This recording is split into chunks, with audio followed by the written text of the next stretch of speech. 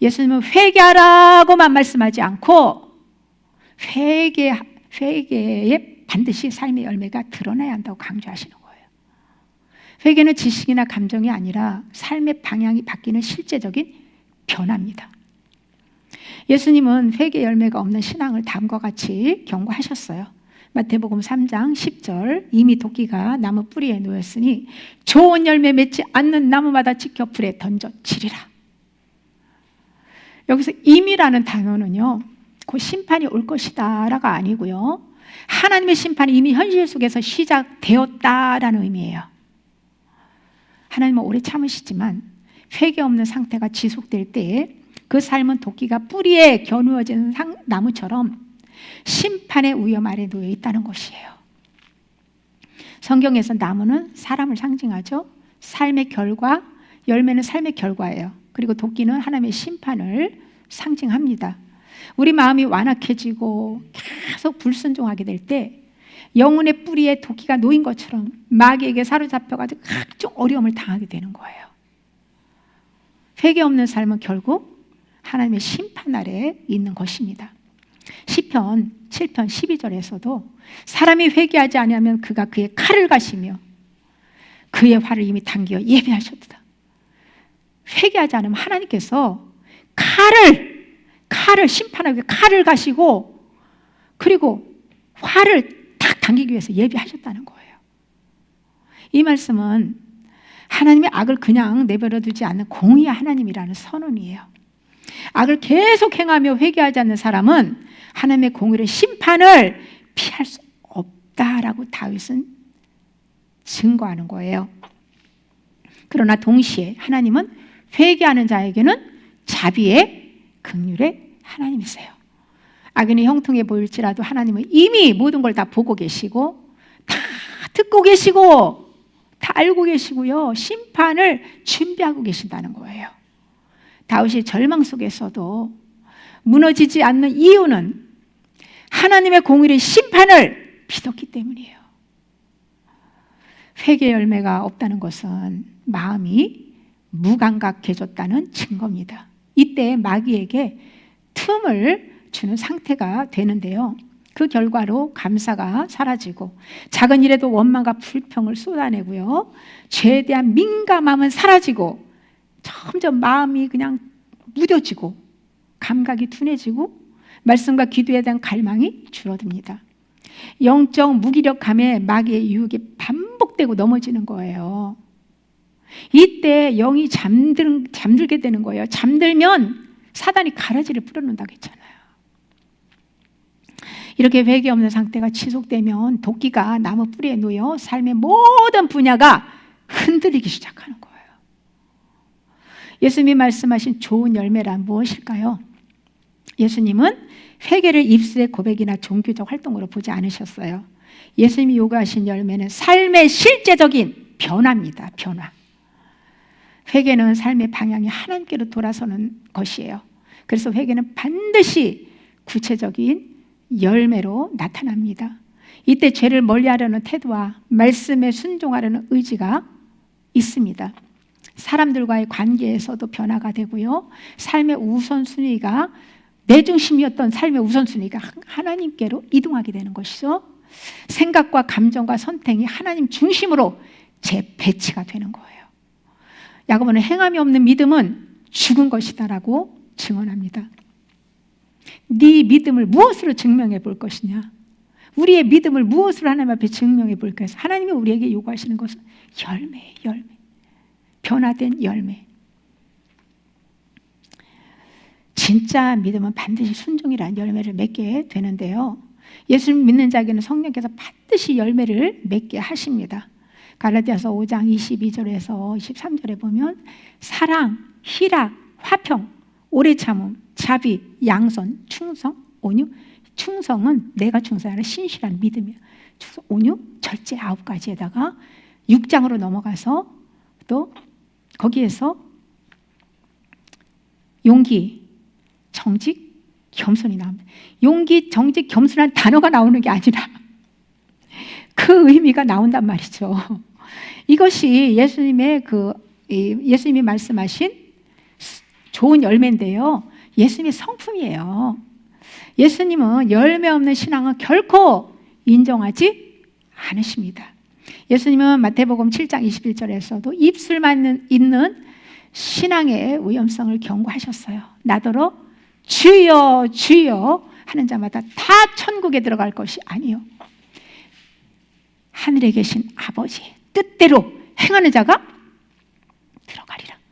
하나님 아버지 뜻대로 행하는 자가 천국에 들어간다고 말씀하시는 거예요. 입술로는 주님이라고 부르지만 삶으로는 자기 뜻을 따르는 신앙을 예수님께서는 가장 경계하셨습니다. 신앙의 핵심은요, 이 말이 아니라 성령 안에서 믿음으로 순종하고 열매 맺는 것이에요. 겉으로는 신앙생활을 잘하는 것 같아도 회개가 없고 변화가 없고 순종이 없다면 마지막으로 예수님께서는 내가 너희를 도무지 알지 못하노라, 이런 말씀을 들을 수 있는 거예요. 성령의 은혜는 삶의 방향을 근본적으로 바꾸는 역사입니다. 성령께서 우리 가운데 임하실 때 가장 먼저 일어나는 것은요, 회개예요. 회개는 하나님 앞에서 자신의 죄를 깨닫고 내 삶의 방향을 돌이키는 것입니다. 이것은 성령께서 우리의 마음을 책망하시고 진리 가운데로 인도하실 때에 가능하죠. 이러한 회개는 변화로 이어집니다. 성령은 우리 안에 새 마음과 새 영을 주셔서 이전에는 당연하게 여겼던 죄를 미워하게 하시고 죄가 혐오스러운 거예요. 또 하나님의 뜻을 사모하도록 우리 내면을 변화시킵니다. 생각이 바뀌고 또 가치관이 바뀌고 삶의 우선순위가 바뀌는 것이 바로 성령의 역사예요. 변화된 삶은 자연스럽게 또 순종으로 나타납니다. 순종은 억지로 내가 율법을 지키려는 그런 행위가 아니고 하나님을 신뢰함으로써 기쁨으로 은혜로 따르는 삶이에요. 이런 회개와 변화, 순종의 삶은 반드시 열매를 맺게 합니다. 성령의 열매는 우리의 노력의 결과가 아니라 성령께서 우리 안에 거하시게 맺게 하는 삶의 증거입니다. 성령의 열매가 우리의 성품과 삶의 자리에서 자연스럽게 드러나게 됩니다. 결국 성령의 은혜로 시작된 신앙은 회개의 문을 열게 되고 변화로 방향 전환을 하게 되고 순종의 길을 걷고 열매로 하나님께 영광 돌리는 삶으로 완성되는 거예요. 열매, 하나님 앞에서 항상 열매를 맺으면 무엇이든지 구할 때 하나님께서 들어주신다고 말씀하시잖아요. 바울은 신앙의 본질이 한때 믿었다가 아니라 끝까지 믿음 안에 거하는 지속성을 반복해서 강조합니다. 꾸준한 것이 중요한 거예요. 바울은 초대교회 성도들이 박해와 미혹, 욕망 속에서도 믿음을 잃고 넘어질 수 있음을 잘 알았기 때문에 단호하고 예리한 경고를 남겼습니다. 많은 사람들이 자기 힘으로 인내하려다가 도중에 지치고 포기해버립니다. 그러나 하나님은 성령의 능력으로 견디는 인내를 원하시는 거예요. 우리 힘은 한계가 있어요. 우리 힘으로 아무리 인내 잘하는 사람도요, 한계가 있어요. 그래서 내 힘을 빼고 내 힘이 아니라 성령으로 우리는 살아갈 때 그 인내를 할 수 있게 되는 거죠.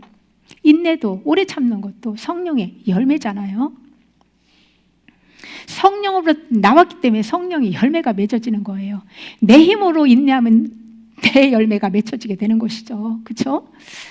디모데전서 1장 19절, 믿음과 착한 양심을 버린 자들이 있으니 그 믿음에 관하여는 파선하였느니라. 아멘.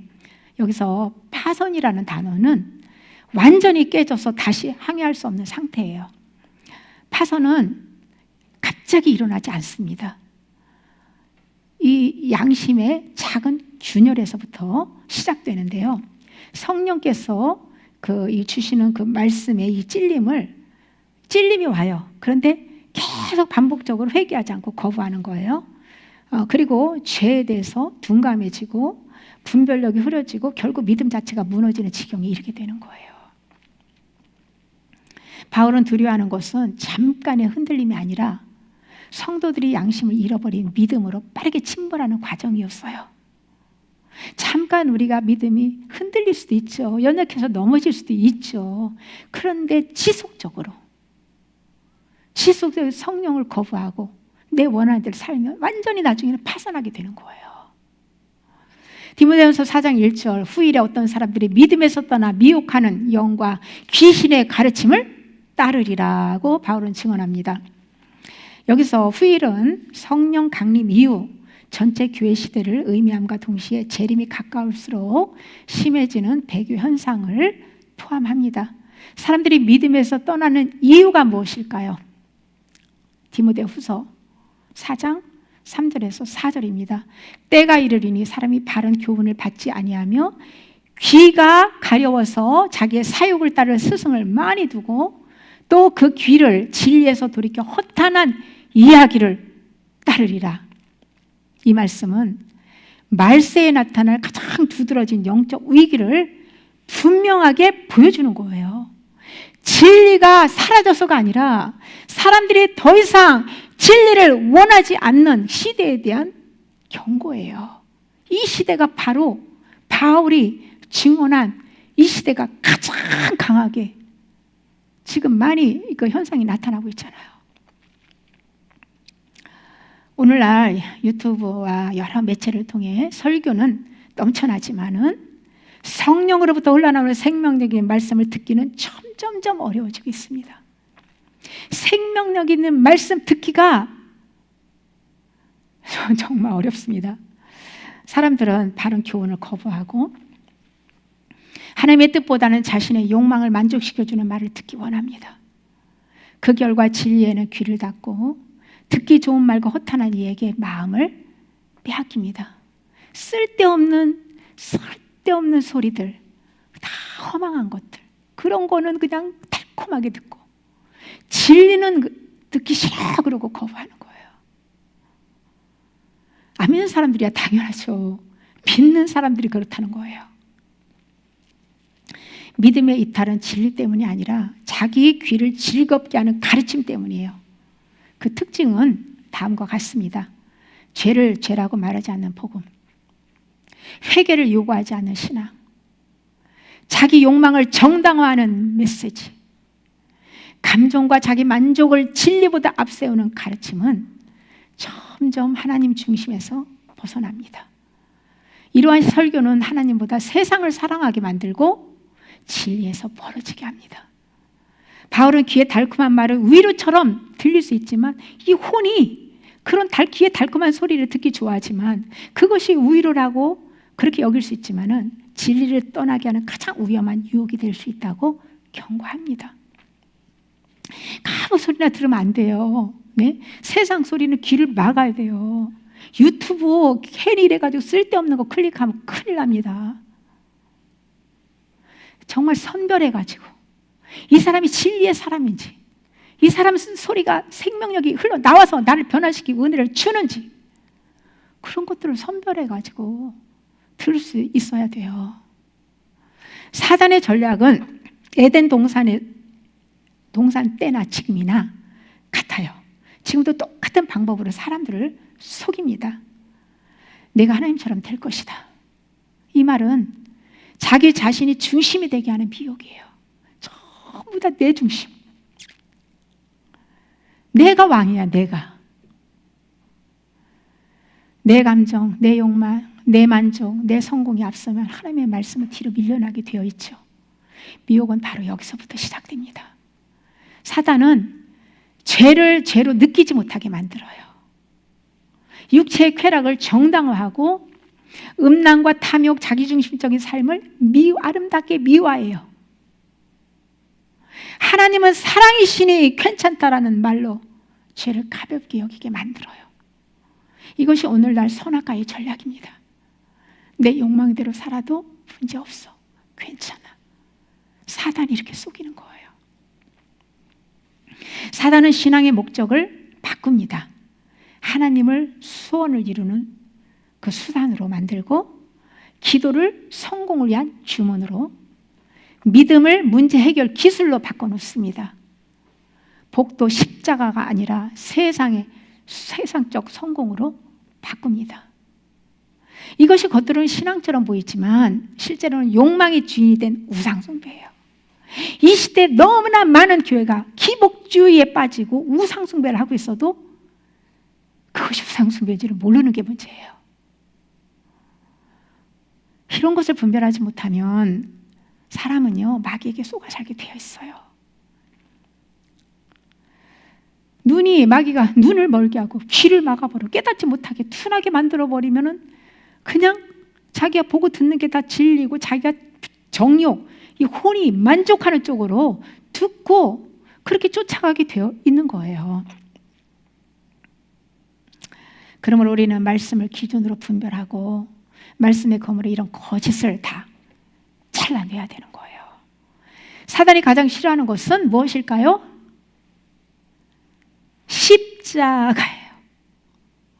왜냐하면 십자가는 자기 부인을 하는 것이고 죄를 인정하고 회개하며 하나님의 말씀에 순종하고 매일 자아 죽음을 요구하기 때문이에요. 그래서 사단은 십자가 없는 복음으로 유혹합니다.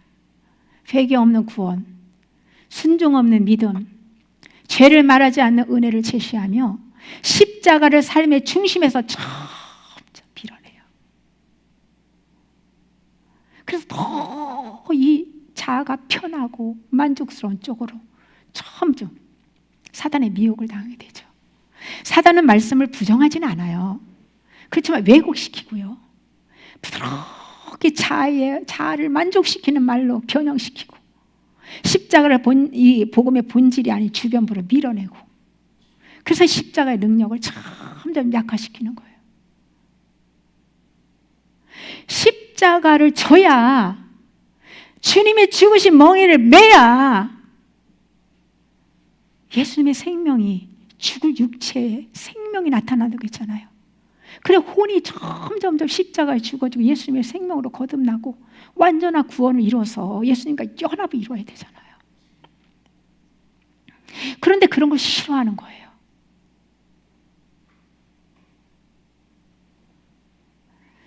에덴에서처럼 지금도 사단은 하나님이 참으로 말씀하셨느냐? 라고 말하는 거예요.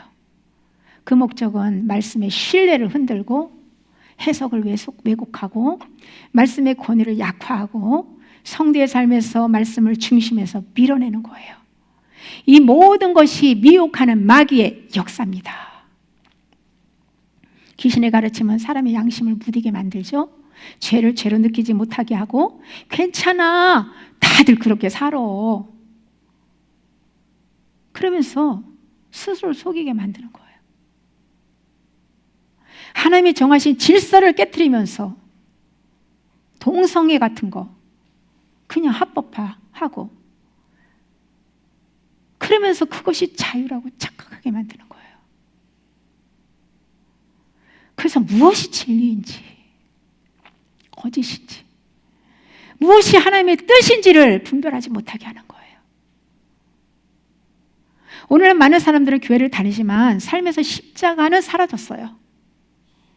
예배는 드리지만 회개, 순종, 자기 부인의 길을 거부합니다.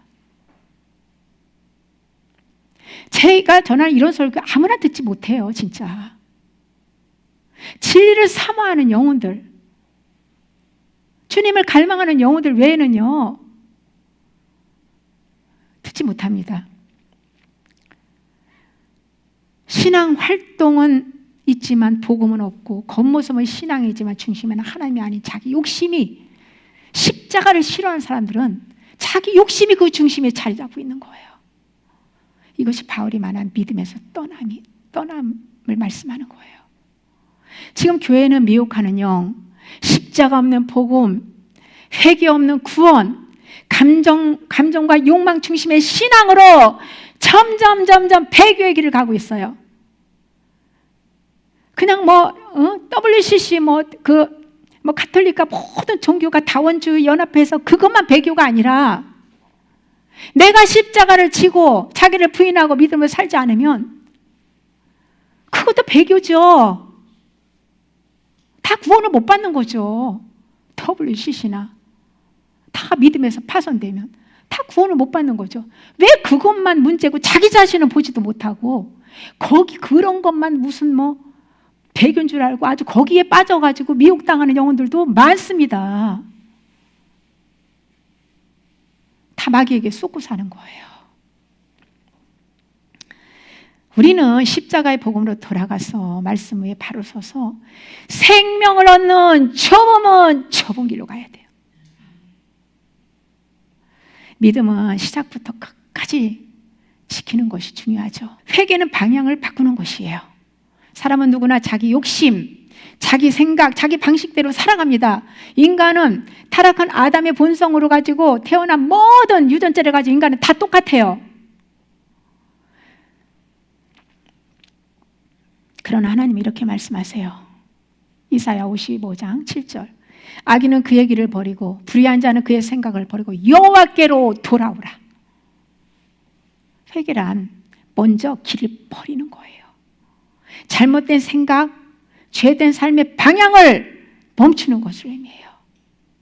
동시에 생각을 버리는 거예요. 죄를 합리화하고 정당화된 사고방식에서 내려놓는 거예요. 그리고 모든 것을 다 뒤로하고 하나님께로 돌아가는 것이 회개입니다. 아버지 품 안으로 들어가야 돼요.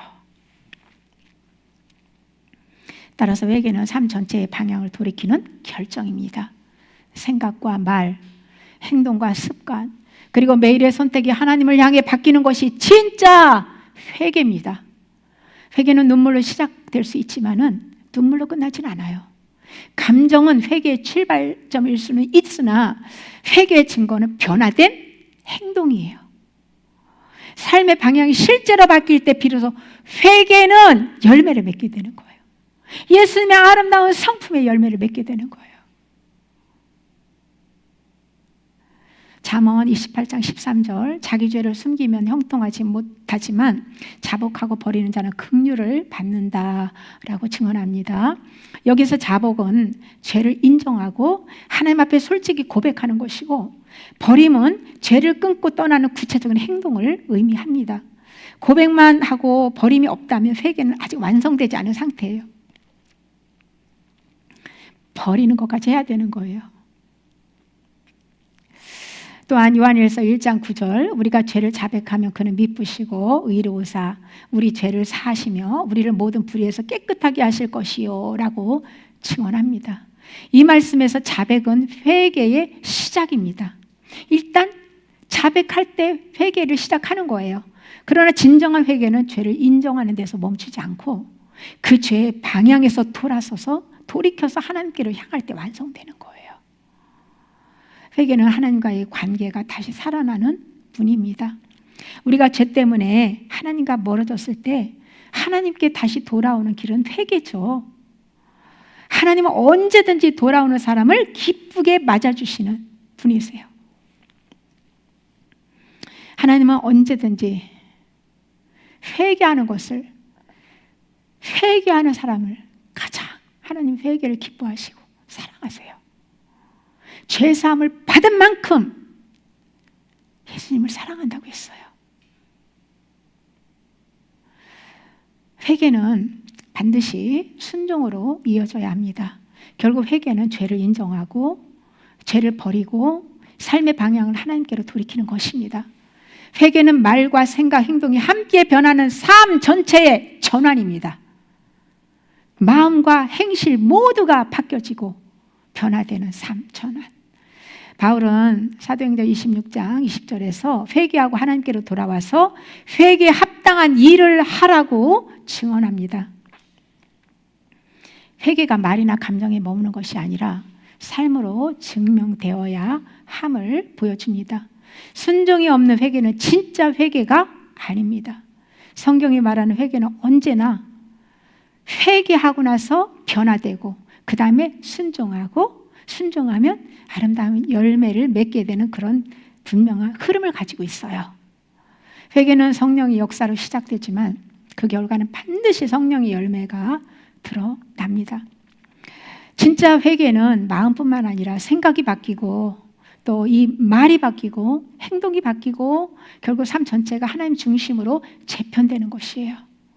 이 과정에서 성령께서 우리 안에 거하시며 자연스럽게 예수님의 아름다운 성품의 열매를 맺게 하십니다. 그러므로 회개 없는 변화는 있을 수 있을까요? 없을까요? 없죠. 변화 없는 회개도 존재하지 않죠. 진짜 회개를 했다면 삶은 반드시 달라지고 그 안에는 순종의 열매가 나타나게 됩니다. 이것이 성경이 말하는 살아있는 회개이며 지속적인 믿음의 증거입니다. 결국 성경 전체가 우리에게 반복해서 전하는 경고는 시작만 믿음이 아니라 끝까지 믿음을 지켜라입니다. 끝까지 회개하며 끝까지 순종하며 끝까지 열매 맺는 삶이 참된 믿음의 길입니다. 우리는 도중에 포기하지 말고 끝까지 천국을 향해서 천국까지 우리는 도달합시다. 네. 많은 사람들은 예전에 은혜 받았다, 한때 하나님을 믿었다는 것으로 안전하게 생각을 하는 경향이 있는데요. 그러나 은혜를 받았다고 해서 믿음이 끝까지 간다는 보장 없죠. 회개와 그 순종이 없는 신앙은 결국 무너지게 되어 있습니다. 믿음은 시작보다 끝까지가 더 중요합니다. 이스라엘 백성은 출애굽이라는 엄청난 은혜를 받았지만 불순종 때문에 광야에서 멸망당했습니다. 오늘날에도 죄와 타협하고 세상에 대한 그 욕심, 세상 것을 부러워하고 그냥 영육간의 음란에 빠지고 교만하게 되면 그 통로로요 사단이 미혹을 하기 때문에 언제나 믿음에서 멀어질 위험이 존재한다는 것이죠.